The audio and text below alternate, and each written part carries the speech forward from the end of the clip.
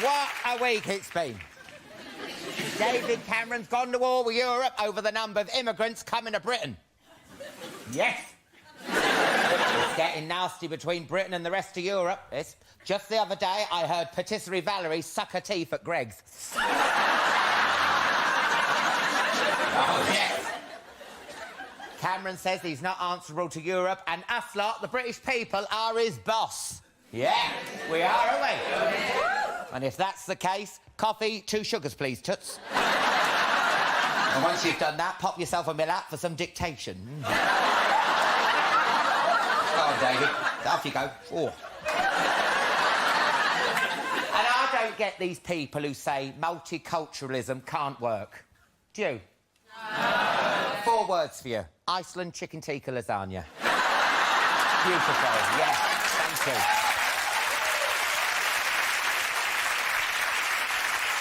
On the X Factor, Chloe Jasmine was voted off from the 80s theme show. Oh, no. Oh, I can't believe it, can you? Oh, it's shocking. Oh, shut up. Oh, you could tell it was 80s night, couldn't you? Simon had backcombed the hairs on his hands. Did you see that? Incredible. Even on an 80s theme night, Simon's stonewashed boot-cut jeans still look dated. Why Simon being so nasty to Louis all the time? Why? Why do you reckon? If Louis was in a nightie and Simon was his carer, you'd call the social services, wouldn't you? Poor Chloe. I don't think being that posh helped you. No, there were so many silver spoons in her mouth. When she sang Fame, it sounded like someone had started the dishwasher.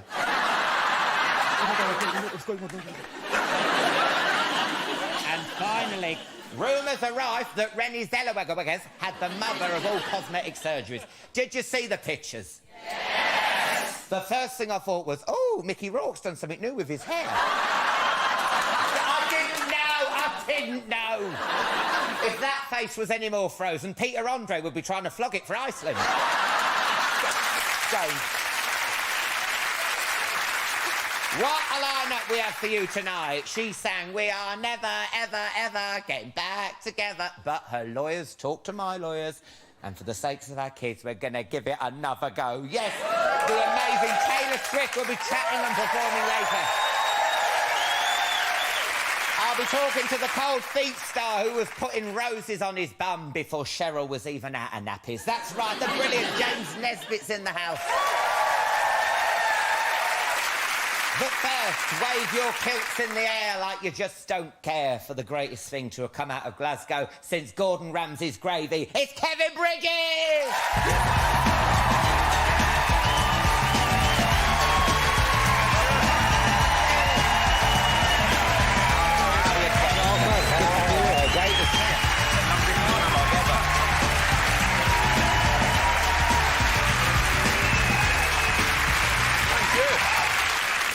How's it going, Alan? I saw you having a bit of a limp, or was you taking the piss out my mince? I've got a bit of a limp. I've torn a ligament Sunday morning playing 5-a-side, and I was lying there, and my mates are trying to just tell me to play on, and I'm shouting, I've got Chatty Man this week. Yeah. Probably the only time that's ever been shouted on a 5-a-side pitch in But I'm here. Anyway, it's 4 socks, and I'm here. I'm glad you came. My God. Now, listen, do you want a cheeky Jaeger bomb to wash down the painkillers, or... No. You don't have to. You don't have to, because if you're ill, do you want just like a water or something? What soft drinks have you got? Oh, apple ties. Have an apple tie. I'll have an apple tie. Yeah. I had, oh, my God, because I was so ill last week, I did it on codeine, yeah, and I was drinking on codeine with tequila on the show. My God, have you seen that bit in Wolf of Wall Street with Leonardo DiCaprio? I was like, May, help me! By the time the last guest went, help! Well, I'm glad you're having an apple tie. I've got to take it easy. Anyway. That's enough. That just looks like a urine sample. Bon appetit. At least it's cold, mate. Lovely.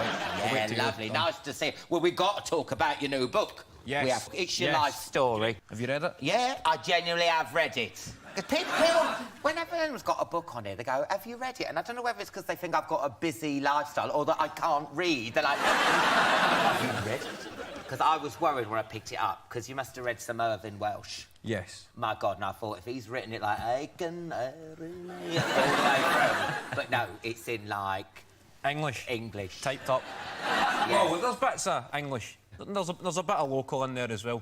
Like, when you send the book through to the publishers, they come back with a person called a copy editor, and they correct everything. And there's been a lot of corrections, like having to explain certain words. Like, there's a character called Frank the Wank. And they were asking, should that be Frank the Wanker? But in Scotland, wank it's a noun rather than a verb. It's not an action. Like, obviously, you can have a wank, but you refer to somebody as a wank. Yeah. And you don't add the ER. So I had this is the conversation I had on the phone to some Oxford graduate Penguin copy editor, that wank is a noun. Frank the Wank. Well, if ever that woman from Dictionary Corner resigns, you are a shoo-in. I've got wank. Now, what was it like going back to you? Was it a good experience? Was it cathartic? Did you find anything new about yourself? Was it like, you know... Aye, it's quite therapeutic when you go back writing about childhood, because I was quite a worrier. I used to have, like, anxiety issues as a child. One of my first memories was ransacking a Wendy house in nursery. My mum had dropped me off, and I was enjoying it. I crawled into the Wendy house. I was playing with the rest of the kids.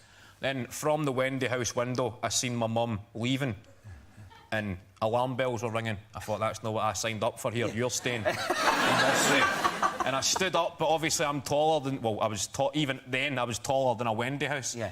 I stood up... I should hope so. And I lifted it from its foundations with 3 or 4 other toddlers in, and I made a run across the nursery.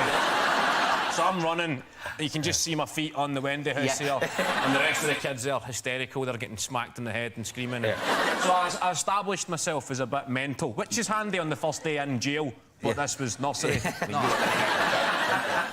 Whenever I get a celebrity autobiography out, I always look at the index share to see if I get a mention, but there's no index, is there? No. So I genuinely did read it looking for my name. I think there's a mention. I remember the first time I met you. One mention. How long have we gone back as mates? But I only took it to a certain point, though. I've only taken it to 2000. I've only taken it to 2010. And then that was before we met briefly in the Comedy Store. Yes. I was the open spot, the new guy. You were well on the way to being the TV superstar we see today. Well, that is... He's got a point, hasn't he? I remember you were very friendly. Well, do you know what? When I was reading the book and stuff, and people don't... You know, people don't realise how terrifying it is going into the stand-up and stuff. Yeah. But... people being nice to you is just... It makes it so much better, because it's so hard, isn't it? You know, and you said that as well, you know, when you come down to London, some of the London clubs are a bit like, oh, so where have you played and stuff. Yeah. Sometimes you need someone to be nice to you, don't you? It's great. It's even still today, still helps if somebody's laughed at you, they take time to come and speak to you in the street. I had the guy ask if he could get a onesie with me. An old guy, about 60. I think he meant a selfie.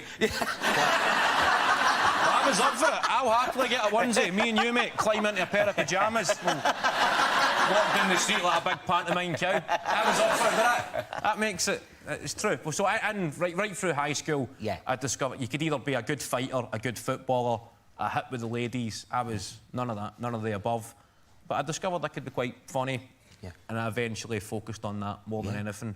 And then that was my sole priority. I would rather make the whole class laugh than pass the class, which culminated in me being expelled. Well, advised to leave, strongly advised to leave. Well, what I like about it is, because I'm reading, obviously you're 10 years younger than me, well, what's going on in the book, but just you do the same things, and like, you know, vagina, which you play, you know, because we played ball bag at school. Now, do you remember that? You'd have, like, a teacher and you'd go, ball bag. And you'd have to say it louder, wouldn't you? So I'd go, ball bag. And I would go, ball bag. I'd go, ball bag. And then it would get to the point you're screaming, everything in you, eyes bulging, screaming, ball bag, like a psycho. There'd always be one person who would just go too far, go, ball bag! The teacher, get out! Why would you be that one? It was always worth it. Like, he would get into trouble, probably suspended, but he'd be a fucking legend. And that was worth it for that. And prank phone calls as well, you know, I love that. Can I speak to Paul Mycock and all that? There's a lot of bit of childhood mischief. We used to... That goes back to Frank the Wank. He was a chip shop owner, and me and Frank the Wank developed... I don't think Frank the Wank knows that's his name. Francis, probably. I'd imagine he's in some sort of correctional facility these days, so it's cool. We developed a Bart Simpson-Mo Sizlak relationship, so I'd phone him up. But what made him so funny was his temper was so short, frighteningly short. He would lose the plot at the most trivial of complaints. So I'd phone up pretending to be an adult. There was one I phoned up. I said, listen, I'm a taxi driver. I was in my cab there and I popped in to get my lunch and I got the chips back to the cab and they were freezing cold. And that was all it took for Frank the Wank to start screaming, well, you should have fucking said something at the time then. Come down to the shop, hide behind the phone, you think you're a hard man. That was his customer service skills. That was how he talked to the customer who called chips. And he once threatened to... He was quite poetic in his abuse. He mastered abuse. He threatened to rip my spine out and poke my arsehole with it. So you're 15, you've got an old BT Cellnet phone up. Burning top-up cards on this guy. So we phoned... That was the taxi call. He's going, I'll come down to the shop and say something, and I had a sort of... a master stroke. I thought, all right, well, I will come down to the shop then. I'll be outside in 5 minutes. We'll fucking settle this like men. Giving him a bit of Frank the Wank talk back. Yeah. So I told him I'm on the way, look for a black taxi. 5 minutes, I'll be outside, hung up the phone. Then I phoned a local cab company. And hi, taxi please, it's going to Frank's. From Frank's, going and that was it, a couple of minutes later. But when that's something like that gets set up, I immediately go back to the anxious child, because I was nervous, my mates were loving it. Like I've almost set up a Tarantino movie scene. I want to beat this guy to a pulp, an innocent cabbie, and my heart's racing, I'm ready to phone back. They're grabbing the phone now, you're not cancelling it. Oh, no. And then the taxi showed up, toots the horn, but what made it tragic was the taxi driver done a wee sort of playful toot. He was just a nice guy. And it didn't sound like the sound of a man down to settle a score. It was a wee... Then Frank the Wank and four of his fellow wanks emerged. And they just spoke for ages. And I'm sitting, my heart's racing. And it got resolved somehow. There was no violence. They went back into the shop. Then I felt confident again. I phoned Frank the Wank and called him a shite bag. And that was it. Well, you haven't seen him for 15 years, but he's here tonight.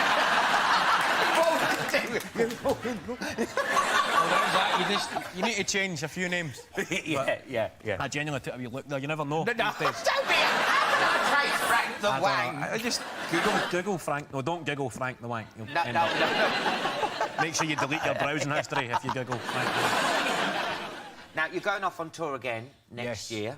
How many nights are you playing Glasgow? 14. 14 nights in Glasgow. That's... 14. Did you... And here. I was playing here.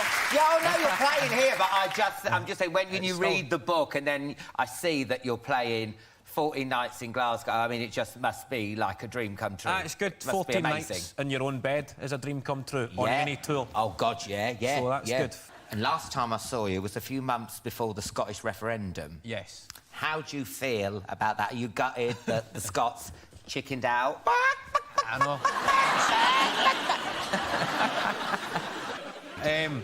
No, it was... somebody told me we're the first country ever to reject their own independence. Oh, no. People laugh at it now, but before that, everything was getting thrown at us. Fucking Mick Jagger was involved, David Beckham, the Queen. Yeah. Then, when you read it the next day, David Cameron said the Queen was purring down the phone. I know. What's that? How do you purr? The Queen phoned up David Cameron and went purr. Maybe on Babe Station, but I can't imagine the Queen. It sounds like something you'd pay at least £1.50 a minute for. Yeah. So, you wouldn't phone up Frank the Wank for a purr. No, you would not. Well, listen, good luck with the book and good luck with the tour. Thank you. And hope your leg gets better, OK? Next time I'm on, we'll see what's happened. Yeah, I bet you'll be in a neck brace, one of those ones like that. Time. Thanks everyone. After the break, James Nesbitt and the one and only Taylor Swift will be here. See you in part 2.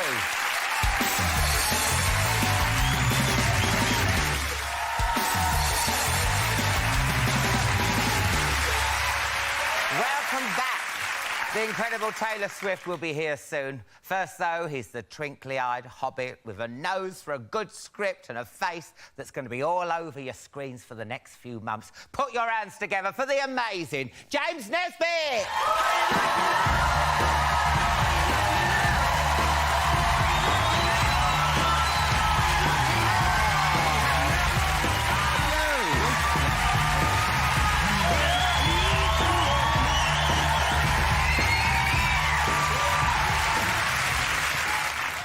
Welcome to Chatty, man. Pleasure to be here, finally. This is the first time you've been on. Yeah, I know. We did Friday night project We did together. that. Then you saw me at a Lido. I did see the Lido. Yeah, I was with a Lido. Brockwell Lido. Yeah, I couldn't wave because I was holding both ends of my float. Let me get you a drink. You're a bit of a wine connoisseur, aren't you? Well, I mean, I've watched this show for years and I've never seen anything come out of this globe that I wouldn't drink, but I like a bit of wine, yeah. Yeah, what do you fancy? Got Blue Nun. Oh, yeah. Well, that is nice, isn't it? That is. No, Blue Nun's beautiful. That takes me back to the summer of love in Portrush, Northern Ireland. Yeah. Oh, look at that! Yeah. Someone knowing where that is. Yeah. I was brakeman on the Big Dipper in the roller coaster. I was brakeman on the Big Dipper in the amusement arcade in Portrush. No. Yeah, and I used to. Yeah, it was great. You know, One... guys. Yeah, maybe you were the person I used to say to, because all I had to do was kind of move the little lever when the cars came in at speed, and I used to go, "Thanks very much, girls. Hope you enjoyed your ride." Oh.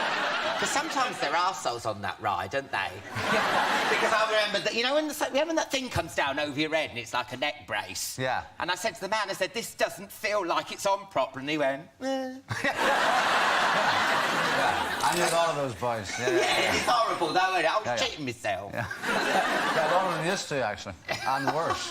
Oh, Thank you. no. Blue Nun. Look at this. Where I come from, that's sophisticated stuff, actually. Yeah. Sure.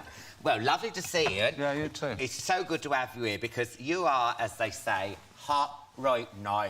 I'd right now. That's very good. How now, brown cow. That's what you have to learn to say in Northern Irish. Yeah. How now, brown cow. Oh, you got 23 tyres and pounds. Yeah.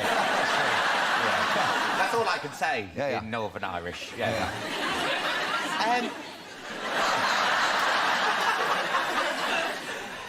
You are on telly a lot of the time, and you're like Peter Andre in those Iceland adverts. You know what I mean?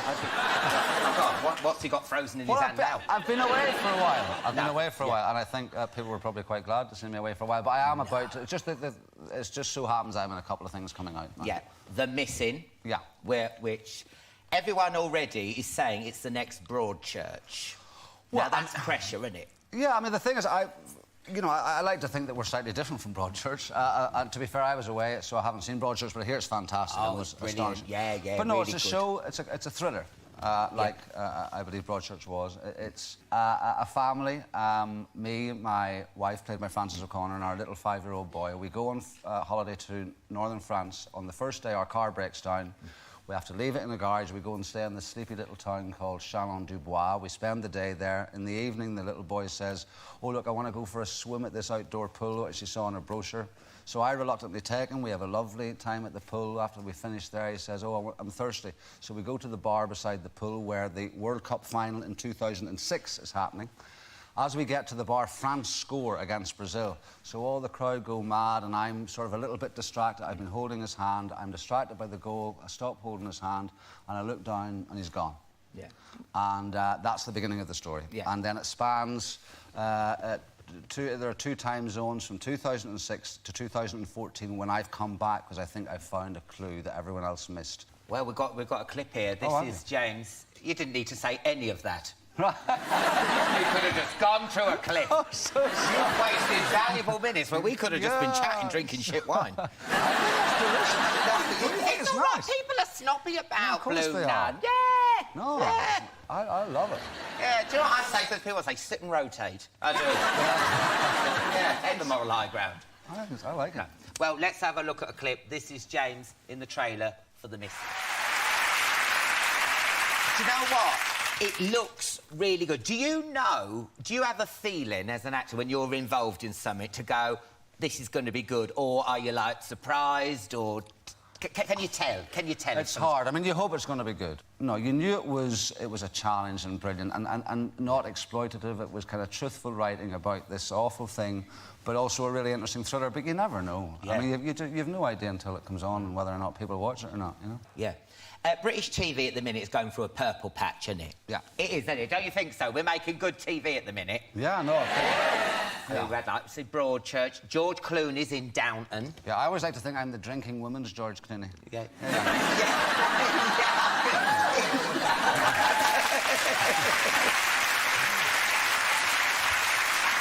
I mean, like I said, George Clooney's coming over doing Downton. How do you feel about these Americans coming over? Do you get a bit UKIP about it, or are you like... Well, I know there's a lot of them coming over and doing well, and that's fantastic for a crew, but, you know, wait till they have to do a night shoot in Harlow Newtown or something, and they'll soon get back to Hollywood, you know. That's me finishing Harlow Newtown. Because I'll need a career in Panto at some point, and I think Panto's quite big there. Yeah. No, I think it's brilliant. I mean, I think it's... We're not saying American actors are pussies. No, I mean, I think... Because they'll put a cap in your ass. Yeah, I know, but there's so many British actors have gone out there. You know, Damian Lewis in Homeland, Andy Lincoln doing the biggest show in the world, Walk the Walking Dead. Yeah. You know, the more competition, the better, they say. Yeah. Next month, you're also going to be on Channel 4 doing Babylon. Oh, yeah. Which I love. I mean, it's billed as a comedy drama, but it's not, is it? Because it's pretty intense, and there's some funny bits in it, but the subject matter's pretty... Well, it's really a look at the modern police force, and I play Richard Miller, who is the commissioner of what we call the London Police Force. God knows what it's meant to be, I don't know. But it's sort of trying to explore the difficulty of policing nowadays in London, particularly because everyone's a newscaster now, because of camera phones and because of rolling news. The police are under constant scrutiny because, you know, everyone can either take a photo of something or, you know, take sound bites or something and then they'll send them into the police. So it's really about the world of kind of constant scrutiny and the difficulty of policing all that. Well, let's take an exclusive look at a clip from the first episode. This is you bawling out Johnson from Peep Show in the brilliant Babylon. Why do swear words sound scarier in a Northern Irish accent? That's why I won't buy Nadine Coyle's new album. Fucking darn. Too much, I don't want to hear that. Well, I think there was a history of quite scary people in Northern Ireland, including quite scary policemen over the years. But they're very good writers. Sam and Jesse, who wrote Peep Show and Fresh Meat, they're sensational writers. They've got a real ear for the common tongue, I think. Yeah. Well, listen, when's it on? It's, I don't think there's a definite TX. It's in the first week or two of November. People are going to be sick of the sight of me, and I apologise for that. So. No, when it's good stuff like this, you've got a wee we love it. You've got a wee thing you can touch in your hand and... Pardon? No, sorry. As I said that. I didn't know it was interactive.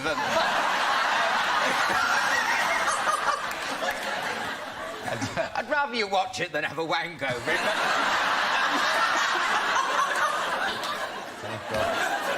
What's this show become?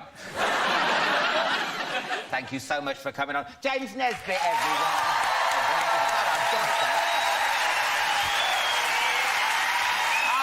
The amazing Taylor Swift will be chatting and performing. I'll see you in part 3.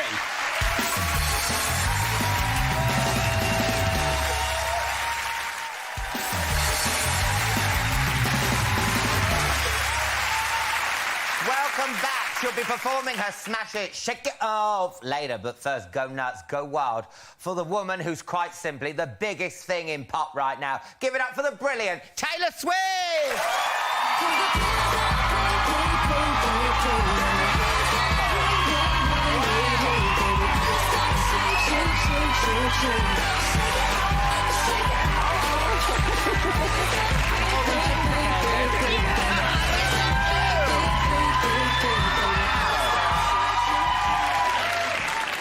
Well, hello. Well, hello. Look at this. Look at all this. Look at all this. Oh, I just got blown a kiss by a lad. Oh, really? Knock it this way, love. Oh, thank you. I hope it's okay that I shared it. It's good. fine. It's good. Yeah. Oh, thanks, love. Oh, yeah. It's the 90s. Hey, let your hair down. Right, what can I get you to drink, my love? What are you having? Well, I heard that you love a cider. Who told you that?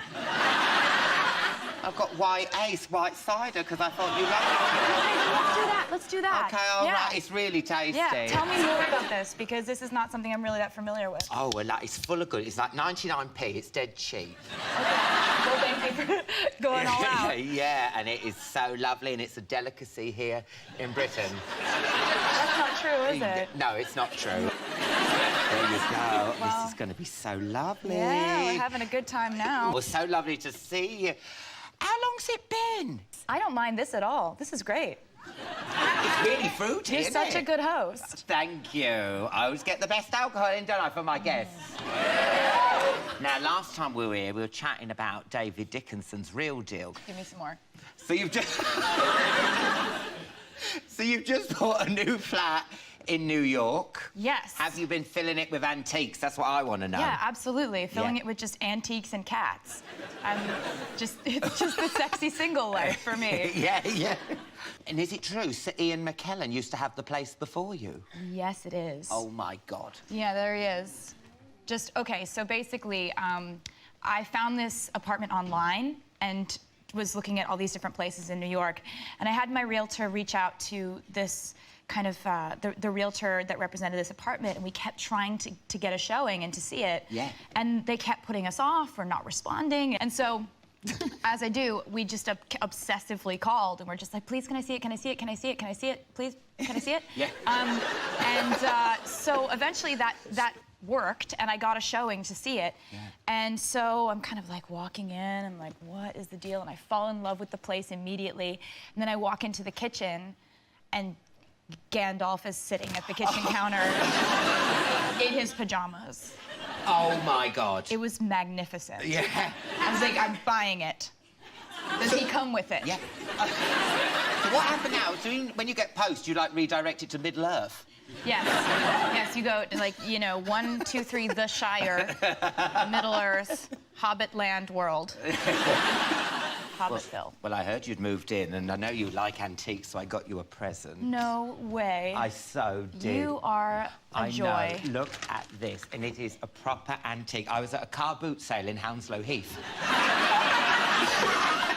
And I saw this, and I thought, Taylor's coming on the show, and look at that. It's actually attached to my hand. Okay. You're hurting me. Okay, sorry. Oh, look at that. That is beautiful. Because you love cats. Look at that. Oh, wow. That is just beautiful. I don't want any money for it, Taylor. Put your money away. It's the most beautiful thing I've ever seen. Thank you so much. Oh. I've missed you so much, and this proves that you truly understand me. Yes, look. And that is white ace. That's drinking white ace as well. Yeah, it's lovely. Shall I put it somewhere safe? Definitely somewhere no one else can take it. No. Thank Yeah. you. It's great, though, isn't it? Do you really like that? I want it to be next to me so that no one can take it. Yeah, what Taylor wants, Taylor gets. There you go. Look at that. It's beautiful. Oh, look at his little face, Taylor. Yeah. And it follows you around the room like Mona Lisa. Do you know what I mean? That's an added benefit that I didn't think about. Yeah, That's good. Wherever you are in your flat, these cats are looking at you. So what have you been up to? Well, just ducking and diving, wheeling and dealing. You know what I'm like. Just hustling. Hustling, you know. Every day. Doing a stand-up tour next year. You'll have to come along. I will.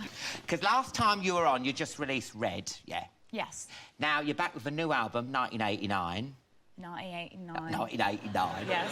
Because normally when a guest comes on, I get like a DVD or the CD, but I haven't been allowed to have one. You're keeping it all under wraps, aren't you? Why won't you let me have one? Because it's not out yet. It comes out October 27th. But is it true you're being really secretive about it because you're worried about it getting like What's the word? Leaked. I don't even want to talk about it. I don't trust technology. I don't want to talk about leaks. It freaks me out. I'll have a meltdown on the show. Really? Yes. I'm not going to steer. I mean, listen, I'm not even No, into I'm not thinking about you, but what about stuff that's recording us all the time? Oh. Yeah. Because you know what? This isn't even a chat show. There's not even any film in those cameras. We're actually a meth lab, like Breaking Bad. That's what I'm talking about. Behind there, everyone's making crystal meth. Yeah. This is just a front. No one's even watching this. Yeah. You can go like this. No one cares. I mean, what do you think of your CD? I mean, I would never burn your CD and sell it. I mean, listen, DVDs, now I would. I mean, I would. They're my thing. I've got Police Academy 14, if anyone wants it. An Orifice and a Gentleman. I've got The Wolf of Old Compton Street. They're all knockoffs, but I would never do it to your CD. That's good to know, that Thank you. it stops at DVDs. Now, you said the album's influenced by 80s music, yeah? What sort of stuff? Like late 80s, when Madonna put out Like a Prayer. Oh, right, yeah, we love that album, yeah. Like what Peter Gabriel was doing, like Fine Young Cannibals, She Drives Me Crazy. Yeah, Those are my favorite songs from the late 80s. But you know, because I was there, Taylor, and it sort of pisses me off and goes, oh, I love the 80s. Oh, my God, yeah, no, gender bending, electric, yeah. It was actually Jive Bunny. Now, you don't know Jive Bunny, but he was #1 for fucking 4 years, by the way. Do you remember it? Jive Bunny. Come on, everybody. Come on, everybody. This is it. Oh, my God. This is it, yeah. Oh, come along, everyone. Oh, never gets old. Because this is the shit we had to listen to. And I was slowly at him and goes, oh, yeah, I love Duran Duran. No, it was Jive Bunny. And no one knew who Jive Bunny was. He was like Banksy. Now, you launched your album, yeah, by throwing a party for some of your fans at your house. Five parties Five at 5 houses. Shit, are you mad? Yes. I basically, before I finished the album, I realized it was my favorite album I had ever done, and I was so excited that I thought, I want to play this for fans first. I want them to hear it first. I want it to be in a really intimate situation. I want it to be kind of like a hangout. And so basically, I just thought, I want to call them the secret sessions. And so what we ended up doing was we contacted all these fans that I've been kind of stalking on the internet. So they were contacted, they came to my house, and I don't think they realized, the first group didn't realize where they were. Yeah. I was hiding in the bedroom, spying on them. You're like that man in Saw. Do you like games?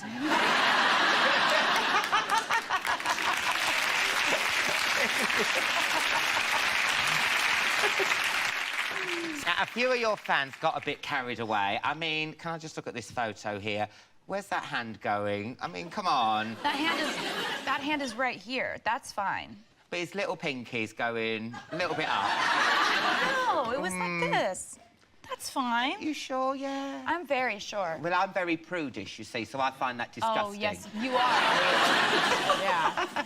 And then look at this one. Who's photobombing you? That's my dad. Oh, My dad is his life passion is to photobomb. It's Oh, all really? he dreams of it. It's all he wants to do.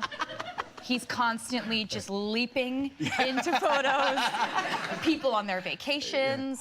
No, yes. that's embarrassing. He likes to follow around my band at our stadium shows so that if fans ask for pictures with the band, he can... God. Like, yeah, it's wild. How were your parents with all these people in the house? Were they like touching, going around with a bin bag? Oh, are picking you up things, kidding? or It's their dream. Really, they love This is that? their Oh, dream. okay, They get okay. so excited about getting to go to things like this. My mom's like, we get to arrange a party, we're rearranging the furniture, we're gonna put pillows on the floor. And my dad gets to wander around talking to people, telling stories about when I was a kid. Oh, no, no one wants To people who are like loving hearing it. And they're lapping it up all these years. Oh yeah, so they're as happy as can be. Are they looking after your cats? Yes, they are. Oh, that's good, good.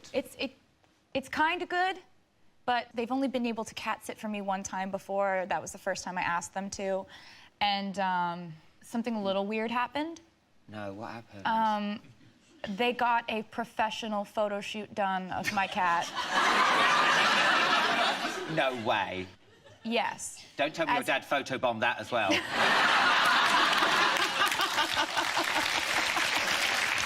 Well, we've got to take the break there, my love. All right. Let's do it. Don't go anywhere, because after the break, me and Taylor will be shaking it off all over the studio. See you in part 4!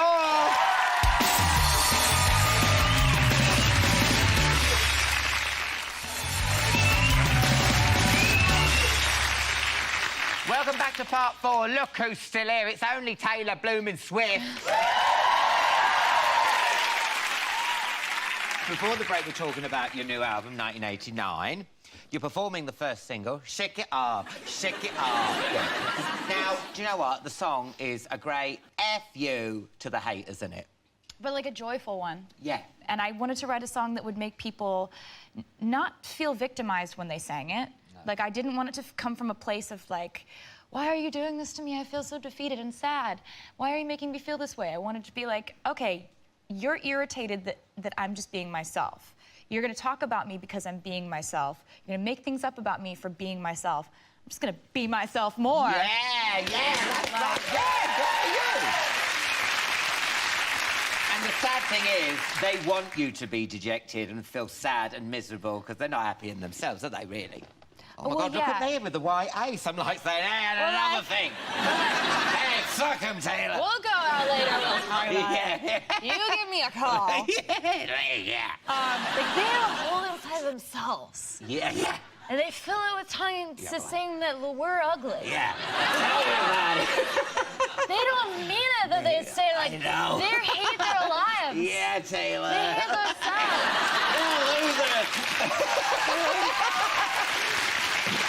I'm having a play, doing a play with you on it. Let's have a look at it. It's like having a play. It's a play. The glasses were so genius. I know. I thought of it all by myself. I know. You just I'm on went fire for it. today. I am. I'm on fire. Let's have a look at a clip. This is Taylor in the Brilliant. Shake it up. Shake it up. That's what they don't know. That's what they don't know. But I keep cruising. Can't stop, won't stop grooving. It's like I got this music in my mind saying it's gonna be alright. 'Cause the player's gonna play. And the haters gonna hate, baby. I'm just gonna shake. Shake it off, shake it off. That's a good song. We absolutely love it. Thank you. Now, one of that finger dance. Show me how you do that finger dance. Okay, so it's called finger tutting, and the guy who... Finger tutting? Yeah, finger tutting. And it's the guy who is in the video with me. His name is Peanut, and he's amazing at the finger tutting. You just go this.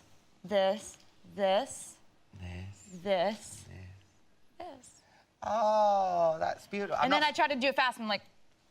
Yeah. I'm not saying dirty things to deaf people, am I?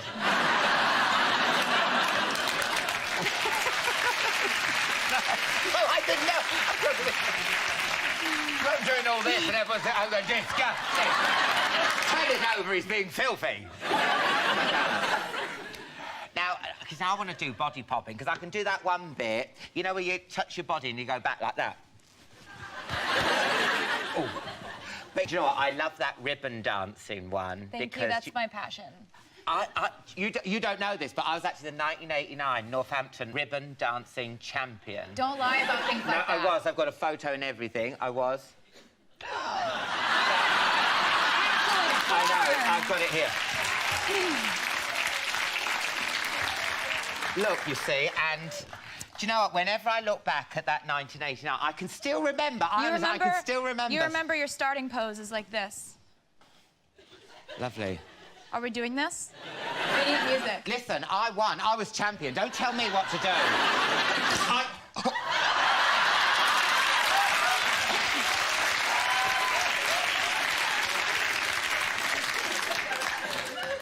Talk to them. You've ruined everything now. I know. Well, listen, do you know what? Sometimes whenever I hear this music, yeah, I can still remember the routine, Taylor, honestly.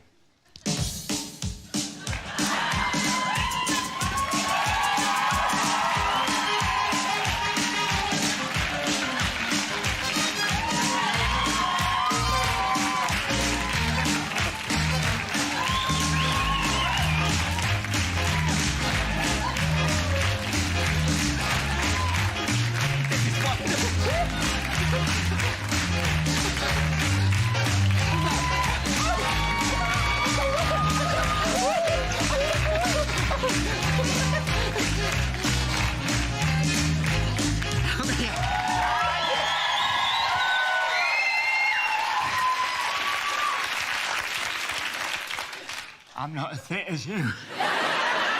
Just fake it. Now, you're going to perform Shake It Off for us now. After a quick breather. And you go and get ready. I'm going to go and lie down You feel free to run in the out doctor's room.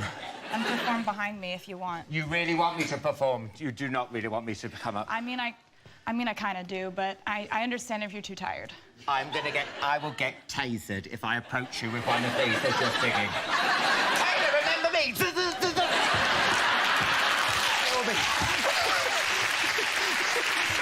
I will let you do what you do so well. You perform Shake It Off. Taylor Swift, everyone!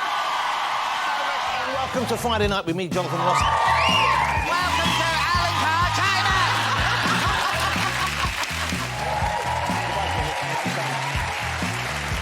Oh, Jesus. I'm talking about time, don't I was just being nice. Oh. Don't patronise me, Alicia.